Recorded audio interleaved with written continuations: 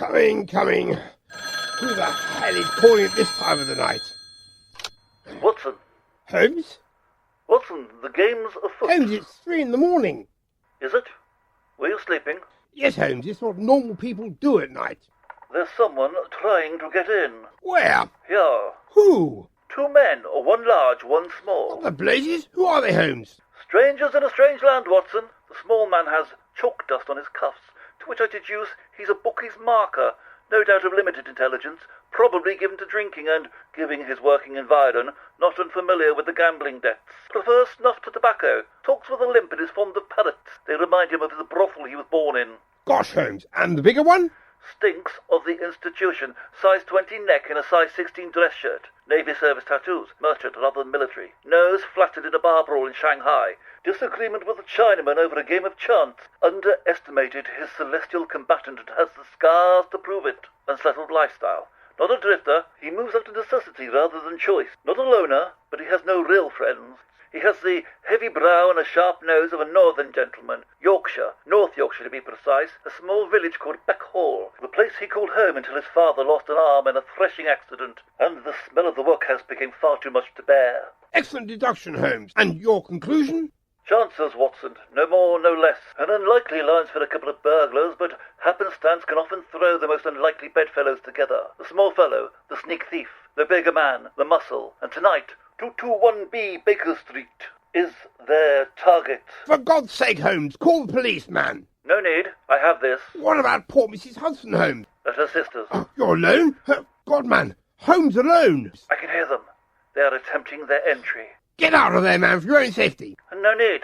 They will attempt to enter via the kitchen skylight, the weak point of the building. The big fellow will lower his demure accomplice to the floor and follow him through.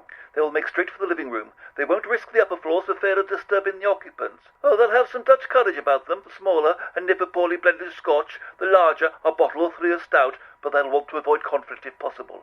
Once their eyes have acclimatized, they'll soon find the treasures they seek. Small items, clocks, watches, trinkets, the 20-guinea note laying on the bureau. Anything they can carry with ease. I will wait until they have stuffed their pockets before I make my move. God, man, be careful, Holmes. No need. I have the upper hand. What? The element of surprise is on my side, Watson. As they turn to re-enter the kitchen and leave, they will find me blocking their path.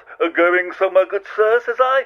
Get him, shouts the little man. The big fellow, used to following orders without question, drops his booty and takes a wild swing where he thinks my head should be, not realizing that what he was actually attempting to strike is nothing more than my reflection in a highly polished copper kettle.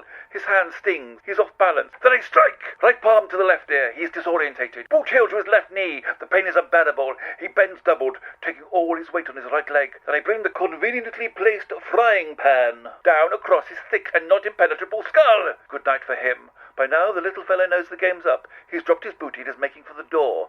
No need to worry about disturbing the occupants now, because the occupants are the ones doing the disturbing. He's small, but he's slow. I have home advantage. I make it to the door before him. With one blow to the temple, he's down. Both men incapacitated. Threat neutralized. Police phoned. And both men in custody. By Jove, that's genius, Holmes. I don't know how you do it. Elementary, my dear. Oh, bugger! They've come in through the bloody door! Watson! What? Call the police!